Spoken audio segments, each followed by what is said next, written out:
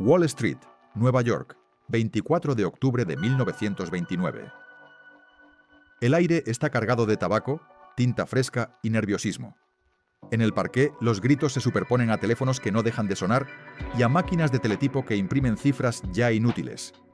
En pocas horas, el corazón financiero del mundo se paraliza. 14.000 millones de dólares se esfuman. Millones de acciones cambian de manos en un pánico sin precedentes. Las comunicaciones colapsan. Durante unos minutos irreales, el capitalismo se queda sin pulso. Pero este derrumbe no empezó ese jueves. La semilla se plantó 7 meses antes, cuando un hombre pronunció unas palabras destinadas a tranquilizar a la nación. Charles Mitchell, Charlie el Radiante, el banquero más admirado de Estados Unidos, prometió estabilidad y confianza. Sin saberlo, o sin admitirlo, activó el mecanismo que convertiría la fe en los mercados en la mayor tragedia económica del siglo XX. Parte 1. El banquero que vendió el sueño. Charles Edwin Mitchell nació en 1877 en Chelsea, Massachusetts, en el seno de una familia de granjeros que llevaba una vida marcada por el trabajo duro y la modestia. Nada en sus primeros años sugería que llegaría a convertirse en uno de los hombres más influyentes del sistema financiero estadounidense. Era hijo de un agricultor humilde, criado en un entorno donde el dinero se ganaba con las manos y donde las aspiraciones rara vez se extendían más allá de la siguiente cosecha. Sin embargo, desde joven Mitchell mostró una ambición que lo distinguía de quienes lo rodeaban. No se conformaba con la vida que había heredado. Observaba el mundo con intensidad particular, estudiaba a las personas, entendía sus deseos y sus miedos. Comprendía algo fundamental: la riqueza no se construía solo con trabajo físico, sino con la capacidad de mover el dinero de otros. Con determinación y habilidad natural para las relaciones humanas, Mitchell se abrió camino en el mundo bancario durante las primeras décadas del siglo XX. Ascendió posición tras posición, construyendo una reputación de hombre carismático, persuasivo y visionario. En 1919 alcanzó la cima al asumir la presidencia del National City Bank, la institución financiera más grande de Estados Unidos. El banco manejaba activos por 2.700 millones de dólares, una cifra tan descomunal que superaba el presupuesto anual de la mayoría de los países del mundo en aquella época. Ese cargo le otorgaba un poder inmenso. Pero Mitchell no quería simplemente dirigir un banco gigante. No le bastaba con administrar fortunas ajenas ni con mantener el status quo. Tenía una visión completamente nueva, una idea que nadie más en Wall Street se atrevía a considerar seriamente.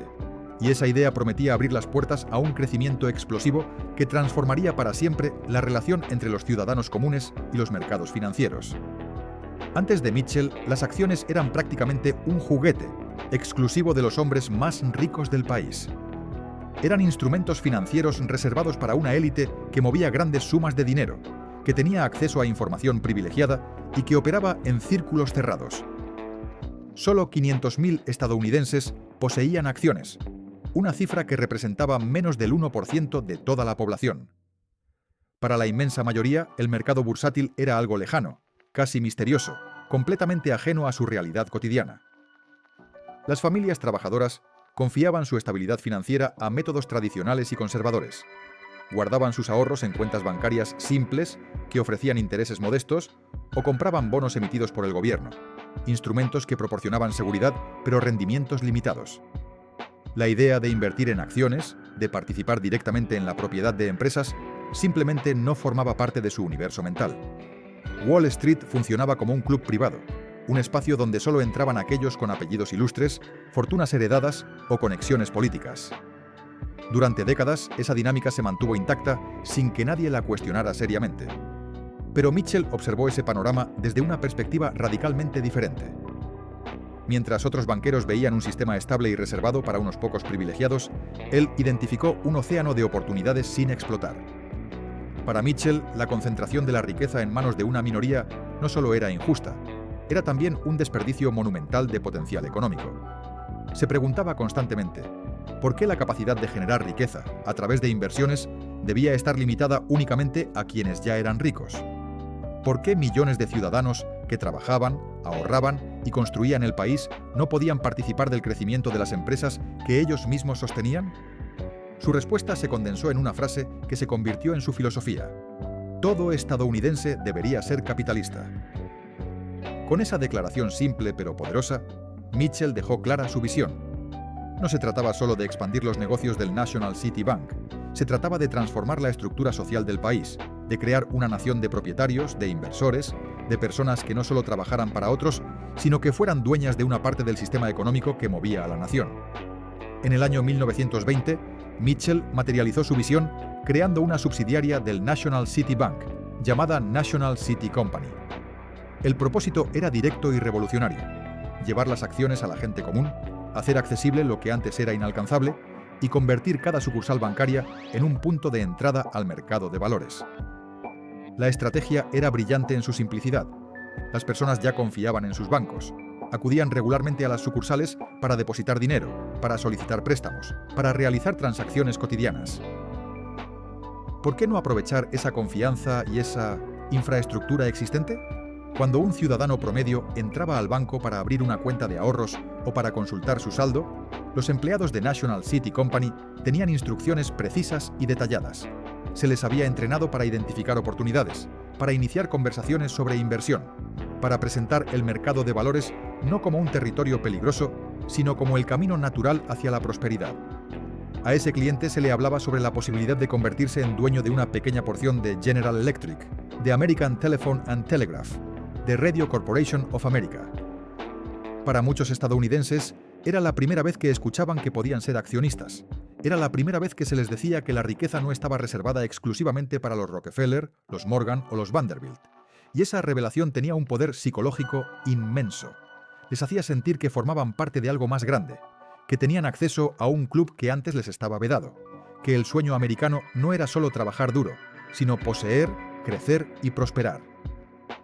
Este fue el inicio de una revolución silenciosa pero profunda, una revolución que transformaría la relación entre los ciudadanos y los mercados financieros, y que encendería la chispa de algo mucho más grande y mucho más peligroso de lo que nadie podía anticipar. Mitchell no dejó su visión al azar ni confió en que las acciones se vendieran solas. Comprendió algo que muy pocos banqueros de su época estudiaban con seriedad: la psicología humana. Analizó meticulosamente cómo pensaban las personas, cuáles eran sus aspiraciones más profundas, qué tipo de sueños podían moverlas a actuar y qué miedos las detenían. Conocía la codicia inherente al ser humano, pero también conocía la esperanza de millones de estadounidenses comunes que buscaban desesperadamente una oportunidad para mejorar su vida y la de sus familias. Con ese conocimiento, diseñó un sistema de ventas tan sofisticado y efectivo que transformó por completo la industria financiera. Creó un programa de entrenamiento especializado para sus vendedores, un programa donde se mezclaban técnicas de persuasión, principios de marketing emocional y una comprensión profunda de lo que motivaba a la gente. Estos vendedores no eran los típicos banqueros serios y distantes que hablaban con lenguaje técnico incomprensible. Eran representantes carismáticos, expertos en presentar la inversión como un camino accesible hacia la prosperidad, y fueron distribuidos estratégicamente en 69 sucursales bancarias repartidas por todo el país. Estos vendedores eran, en esencia, comerciantes de sueños. Sabían exactamente qué decir, cómo decirlo y en qué momento hacerlo. Estudiaban a sus clientes, identificaban sus vulnerabilidades emocionales y sus aspiraciones, y luego construían narrativas personalizadas que hacían que la inversión pareciera no solo inteligente, sino casi inevitable. La campaña publicitaria que Mitchell desarrolló fue igualmente revolucionaria para su época. Los periódicos comenzaron a publicar anuncios llamativos en los que se ofrecía al ciudadano común la oportunidad de convertirse en inversionista con tan solo $5 al mes. Los mensajes estaban cuidadosamente diseñados para tocar las fibras emocionales más sensibles. Decían cosas como: conviértase en socio de American Telephone and Telegraph. Sus hijos sentirán orgullo. Usted es un inversionista. Esa clase de mensajes no apelaban a la lógica ni a los fundamentos financieros de las empresas. Apelaban directamente al corazón. Hablaban de estatus social, de futuro familiar, de dignidad personal. Las revistas publicaban historias que parecían sacadas de novelas inspiradoras. Presentaban casos de éxito extraordinarios, como una secretaria de Ohio se hizo rica en 2 años gracias a las acciones de Radio Corporation, o la historia del conductor de tranvía que logró comprar su propia casa gracias a los dividendos que recibía mensualmente. Estas historias, fueran completamente reales o embellecidas, cumplían una función psicológica fundamental. Demostraban que el ascenso económico era posible para cualquiera, que no se necesitaba un título universitario, ni conexiones familiares, ni una fortuna inicial. Solo se necesitaba dar el primer paso y confiar en el sistema. Los vendedores de National City Company utilizaban frases que conectaban directamente con las aspiraciones más profundas de sus clientes. Un representante podía acercarse a un hombre de clase media y decirle: «Señor Johnson, usted ha trabajado durante 15 años para otra persona. ¿No desea algo más que un salario semanal? Las acciones de General Electric son su oportunidad de convertirse en dueño de su propio destino».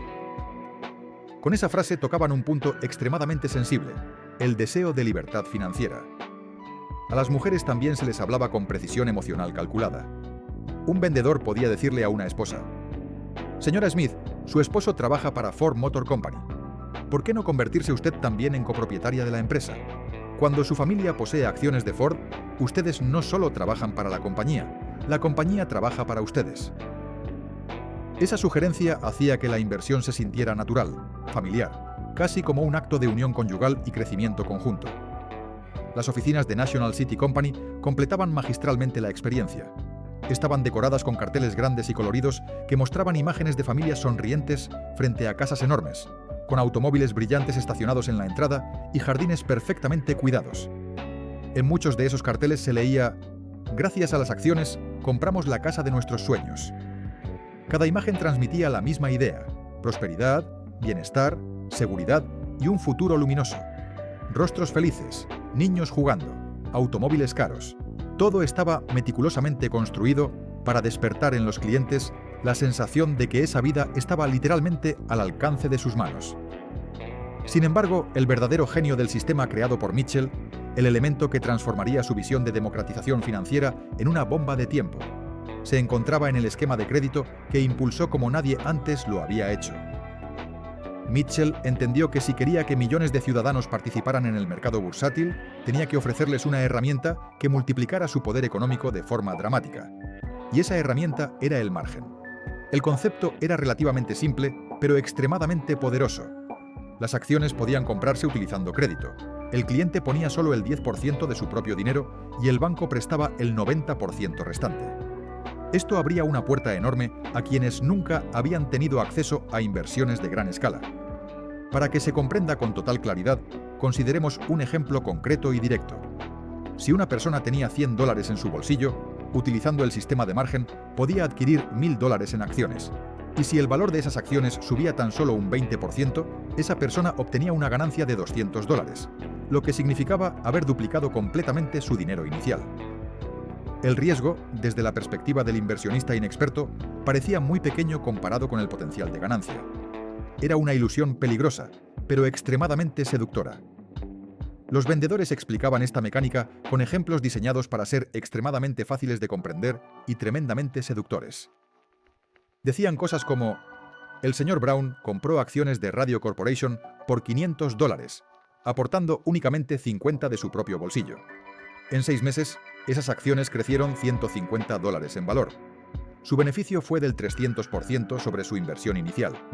Si ese mismo dinero hubiera permanecido guardado en una cuenta bancaria tradicional, solo habría producido $1 de interés.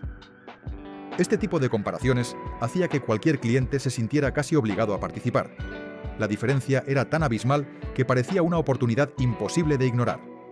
El impacto de este sistema fue inmediato, masivo y sin precedentes. Entre 1925 y 1929, el volumen total de préstamos utilizados para comprar acciones se disparó de forma vertiginosa. Pasó de $2.000 millones a $8.500 millones, lo que representó un aumento explosivo del 425% en apenas 4 años. Nunca antes en la historia económica de Estados Unidos se había visto un crecimiento tan acelerado y descontrolado en el crédito destinado a inversiones especulativas. Al mismo tiempo, el número de estadounidenses que poseían acciones experimentó un salto igualmente espectacular. La cifra creció de 500.000 personas a casi 10 millones, un aumento de 2.000% que transformó completamente la composición sociológica del mercado. Con esa expansión masiva, todo tipo de ciudadanos comenzó a participar en lo que se convertiría en una fiebre financiera colectiva.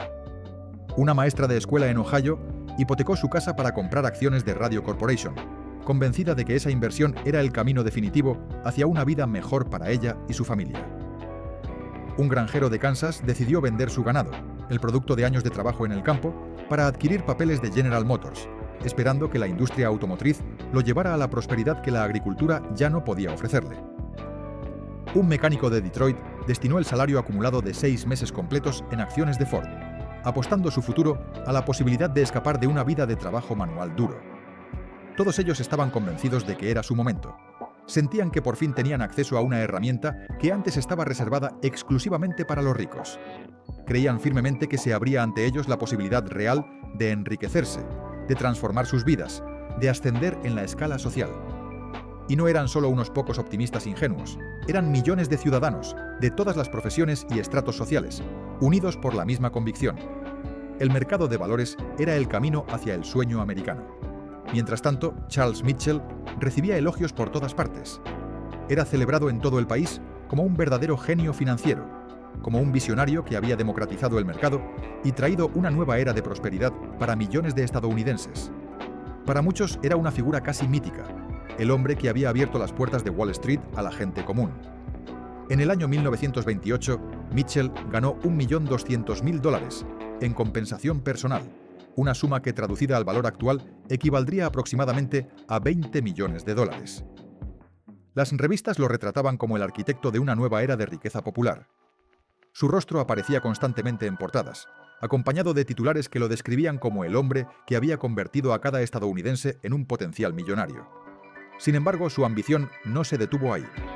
Mitchell decidió crear fideicomisos de inversión, vehículos financieros complejos que compraban acciones utilizando dinero prestado. Estos fideicomisos no solo invertían en empresas, sino que se convirtieron en sociedades anónimas cuyos propios títulos también se compraban nuevamente utilizando crédito. Era un sistema de deuda apilada sobre deuda, una estructura de múltiples niveles donde cada capa dependía de la anterior. Esto creó una arquitectura financiera extremadamente frágil, una pirámide gigantesca construida con crédito que dependía completamente de que los precios bursátiles siguieran subiendo sin detenerse jamás. En esencia, era una pirámide especulativa basada en la fe ciega de que el mercado continuaría ascendiendo eternamente. Cada capa de deuda sostenía a la anterior, y millones de ciudadanos invertían sin comprender que estaban entrando a un terreno donde cualquier movimiento brusco, cualquier caída repentina, podía desmoronarlo todo como un castillo de naipes en una tormenta. Lo que esos ciudadanos no sabían, lo que ni siquiera Mitchell parecía comprender completamente, era que aquella misma expansión tan celebrada, aquella democratización tan aplaudida, estaba creando las condiciones perfectas para la tormenta que pronto arrasaría con todo. El sistema que prometía enriquecer a millones contenía en su propia estructura las semillas de su destrucción, y esas semillas estaban a punto de germinar. Si has llegado hasta aquí, ya viste el truco. Mitchell no vendía acciones, vendía fe. Y cuando la fe se compra con deuda, el sistema se vuelve una bomba con temporizador. Porque ahora viene la pregunta incómoda. ¿Quién encendió la mecha? En la parte 2 vamos a entrar en el instante exacto en el que una sola frase, dicha ante cámaras, repetida en titulares y creída por millones, convirtió una corrección normal en una burbuja inmortal y empujó a todo un país a acelerar hacia el abismo. Si quieres entender cómo se fabrica un colapso antes de que ocurra, deja tu like y suscríbete. Y dime en comentarios, ¿crees que hoy alguien podría prometer liquidez y repetir 1929? Parte 2. La frase que encendió la dinamita. Para la primavera de 1929, algo no encajaba. La economía real mostraba señales de desaceleración. La producción industrial se estancaba, las ventas de automóviles caían, la construcción de viviendas se reducía. Sin embargo, el mercado de valores continuaba subiendo sin parar. Los precios subían no porque las empresas produjeran más, sino porque los inversionistas creían que seguirían subiendo. Las acciones se cotizaban a 15 veces sus ganancias anuales. Para los expertos era claro, se estaba formando una burbuja especulativa. La Reserva Federal lo sabía. El 6 de febrero de 1929 emitió una advertencia formal. Los bancos debían detener los préstamos especulativos. Limitar el margen era urgente, porque el crecimiento artificial creado por la deuda podía desencadenar una caída violenta. La reacción fue inmediata. En marzo, las acciones comenzaron a caer. Los estadounidenses perdieron miles de millones en días. El pánico se extendía. Las oficinas de corredores se llenaban de clientes angustiados. Muchos creían que el estallido había llegado. Lo que nadie sabía era que lo peor aún estaba por venir. El 12 de marzo de 1929, Charles Mitchell tomó la decisión que cambiaría la historia. Mientras el mercado caía, convocó a periodistas y líderes financieros. Frente a las cámaras declaró con seguridad absoluta: National City Bank proporcionará al mercado toda la liquidez que necesita. No permitiremos que ocurra una crisis innecesaria. Esa frase recorrió el país en horas. Los titulares gritaban: Charlie el Radiante salva el mercado. Para millones que habían visto caer sus inversiones, Mitchell era el héroe que había frenado la crisis en el borde del abismo. Las acciones se recuperaron con fuerza. En una semana, el mercado no solo recuperó las pérdidas, sino que alcanzó niveles jamás vistos. Era como si la nación hubiera recibido un golpe masivo de confianza. Pero lo que Mitchell había hecho era más peligroso que dejar que el mercado se corrigiera. Su promesa de liquidez ilimitada no era agua apagando un incendio, era gasolina sobre brasas. Envió un mensaje subliminal pero poderoso. No importa cuánto suban los precios ni cuánto riesgo asuman, siempre habrá quien los rescate. Ese mensaje eliminó el miedo, el freno natural de la especulación excesiva. Convirtió una corrección saludable en prueba de inmortalidad del sistema. El mercado entró en su fase final de frenesí. Durante el verano de 1929, las acciones alcanzaron máximos históricos. El Dow Jones llegó a 381 puntos el 3 de septiembre, un récord que tardaría 25 años en superarse. 3 millones de nuevos ciudadanos se lanzaron al mercado con fe casi religiosa. Esposas empeñaban joyas en secreto, limpiabotas daban consejos de inversión, niños compraban acciones con su dinero, los empleados de oficina eran millonarios en papel, chóferes compraban mansiones, secretarias lucían abrigos de piel. El país vivía intoxicado por la ilusión de riqueza interminable. Pero detrás de la fachada brillante estaban las matemáticas implacables. Cada dólar invertido con margen estaba respaldado por solo 10 centavos reales. Una caída del 10% arruinaba al inversionista. Una caída del 50% lo dejaba endeudado por más de lo que podía ganar en un año. La estructura era tan frágil que bastaba un pequeño temblor para derribarla. La nación celebraba, pero el desastre ya estaba en marcha. Para el otoño de 1929, el dinero inteligente comenzó a inquietarse. Los grandes inversionistas institucionales, fondos de pensiones y bancos privados, observaban señales que la gente común pasaba por alto. La economía real se debilitaba mientras el mercado subía. Una desconexión insostenible. Con el 90% del dinero del mercado proveniente de préstamos, cualquier caída pequeña podía transformarse en desastre. Joseph Kennedy contaría años después: cuando el limpiabotas comenzó a darme consejos sobre acciones, supe que era hora de vender. Cuando quienes no tenían conocimientos financieros opinaban con seguridad sobre inversiones complejas, los expertos sabían que el ciclo especulativo estaba en su etapa final. Los grandes jugadores comenzaron a vender discretamente, en pequeñas cantidades, sin llamar la atención. Pero para octubre ya no podían contener la situación. La historia estaba a un paso de su caída más brutal. Parte 3. Jueves Negro. El dominó y el precio humano. El 24 de octubre de 1929, los fondos de inversión más grandes de Nueva York tomaron una decisión coordinada. Es hora de salir. A primera hora comenzaron a vender enormes bloques de acciones, cientos de miles de títulos simultáneamente. Al principio la caída fue lenta, pero quienes conocían el mercado entendían que era el comienzo de algo grave. En minutos, la caída se transformó en avalancha. Para el mediodía, el caos era absoluto. Se vendieron 13 millones de acciones, 5 veces lo normal. Los corredores corrían con órdenes que no podían procesarse. Los teléfonos sonaban sin cesar, pero el sistema no soportaba la cantidad de llamadas.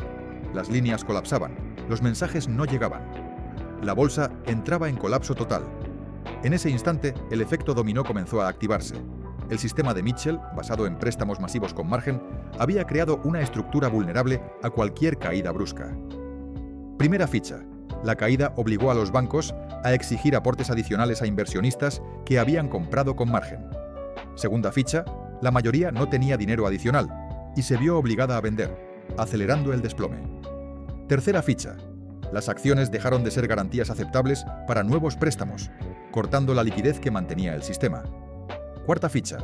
Los bancos que habían emitido demasiados préstamos con margen comenzaron a colapsar. En horas, el mercado financiero más poderoso del mundo había entrado en su caída más devastadora. Las fuerzas desatadas escaparon al control de cualquiera. El 29 de octubre, martes negro, el pánico alcanzó dimensiones apocalípticas. 16 millones de acciones cambiaron de manos. En una sola sesión, los estadounidenses perdieron 14.000 millones de dólares, más que todo lo gastado en la Primera Guerra Mundial. Detrás de esas cifras había tragedias humanas. Edward Hopkins, mecánico de Detroit, había invertido $5.000, sus ahorros de 20 años. En noviembre valían 200. El banco exigió 3.000 adicionales. Sin forma de conseguirlos, se ahorcó en su garaje. Mary Mansfield, maestra de Ohio, hipotecó la casa de sus padres para comprar acciones. Después del crash, el banco tomó la casa. 3 generaciones quedaron en la calle. En Nueva York, los suicidios alcanzaron niveles nunca vistos. El puente de Brooklyn se convirtió en símbolo de desesperación. Las estadísticas registraron aumento del 30% en suicidios, aunque la cifra real fue probablemente mayor. ¿Y Mitchell? En 1933 fue citado ante el Congreso. El senador Carter Glass le preguntó directamente: ¿se considera responsable de la ruina de millones de familias? Mitchell respondió con calma: yo quería dar a la gente la oportunidad de enriquecerse. Nadie los obligó a comprar acciones. Sus palabras dejaron sensación amarga. Parecía una evasión completa de responsabilidad. Ese mismo año fue juzgado por evasión de impuestos por $850.000. Se vio obligado a renunciar y cayó en deshonra. El salvador del mercado se convirtió en símbolo de codicia e irresponsabilidad. El National City Bank, paradójicamente, no solo sobrevivió, sino que se fortaleció. La nueva dirección cerró operaciones riesgosas y recibió apoyo gubernamental al ser demasiado grande para caer. Absorbió competidores quebrados a precios bajos. Para 1935 controlaba más mercado que antes del crash. Mitchell, en contraste, vivió un destino distinto. Se mudó a Europa trabajando como consultor para pequeños bancos. Luego regresó a Estados Unidos y fundó una modesta empresa de inversión. Charlie el Radiante se transformó en un anciano bajo una sombra pesada. Murió en 1955 a los 78 años, sin reconocer nunca su responsabilidad en la peor tragedia económica del siglo XX. La catástrofe transformó radicalmente el sistema financiero. En 1933, el Congreso aprobó la ley Glass-Steagall, separando bancos comerciales de bancos de inversión para evitar que los banqueros volvieran a arriesgar el dinero de depositantes en Wall Street. Se creó la SEC para supervisar el mercado con mayor rigor. Se introdujo el Seguro Federal de Depósitos para restaurar la confianza. Se aplicaron requisitos severos al comercio con margen. Estados Unidos juró que algo así nunca se repetiría. El gobierno también tomó medidas más radicales. En abril de 1933, Roosevelt firmó la Orden Ejecutiva 6.2, que prohibió a los ciudadanos poseer oro. Todos debían entregar su oro al gobierno a precio fijo de $20,67 por onza. Mientras la población pudiera canjear dólares por oro, el gobierno no podía aumentar la oferta monetaria para combatir la deflación. En un mes, los ciudadanos entregaron más de 3.600 toneladas de oro. Un año después, el gobierno elevó el precio oficial a $35 por onza, generando miles de millones en ganancias gracias al metal confiscado. Las cicatrices de la Gran Depresión se extendieron durante generaciones. La economía tardó 10 años en recuperarse. Millones perdieron para siempre la confianza en el mercado. Una generación entera desarrolló la costumbre de guardar dinero bajo el colchón o en latas escondidas, prefiriendo seguridad absoluta antes que confiar en bancos que les habían fallado. Hoy, casi un siglo después, la historia avanza con semejanza inquietante. Cerca de 50 millones de estadounidenses comercian acciones desde sus teléfonos con facilidad inimaginable antes. El volumen de préstamos con margen ha alcanzado $900.000 millones, una explosión de crédito que recuerda los excesos previos al crash. Las aplicaciones modernas como Robinhood repiten las mismas promesas de Mitchell. Hacer de todos un inversionista. 0 comisiones. Invierte tu cheque de pago. Una nueva generación se lanza a criptomonedas, acciones meme y mercados volátiles, muchas veces usando dinero prestado. Las promesas son idénticas: enriquecimiento rápido, crédito barato, oportunidad histórica. El mecanismo de Mitchell se replica en pantallas digitales con cifras más grandes, pero riesgos similares. El ciudadano estadounidense promedio debe más de lo que gana en un año. Las deudas de consumo se acumulan a niveles récord. El comercio con margen alcanza niveles comparables a 1929, y millones están convencidos de que esta vez será diferente, que la tecnología moderna ha eliminado mágicamente el riesgo que destruyó fortunas hace un siglo. La historia de Charles Mitchell es una advertencia vigente. Su intención fue sincera: dar a la gente común la oportunidad de participar en el crecimiento económico. Sin embargo, su sistema convirtió el sueño americano en pesadilla para una cuarta parte de la población. Sus ideas nobles terminaron desequilibrando el mercado y desencadenando la mayor tragedia económica del siglo XX. En 1928, Mitchell declaró: «Todo estadounidense debería ser capitalista». Hoy se escuchan palabras casi idénticas. Todos deberían invertir. La retórica cambia de traje, pero el mensaje sigue siendo el mismo. La historia no avanza en círculos, pero rima con precisión inquietante. La próxima vez que escuches promesas de dinero fácil, ofertas de democratizar las finanzas o invitaciones a invertir sin analizar el riesgo, recuerda a Charlie el Radiante. Recuerda lo que ocurrió cuando millones siguieron una promesa sin comprender el costo oculto. Y pregúntate, ¿quién se beneficiará realmente? Las crisis no nacen de la nada. Nacen de decisiones, de excesos, de ilusiones y sobre todo de cómo cada generación interpreta la riqueza. Mitchell dejó una marca profunda no por su intención, sino por las consecuencias que jamás previó.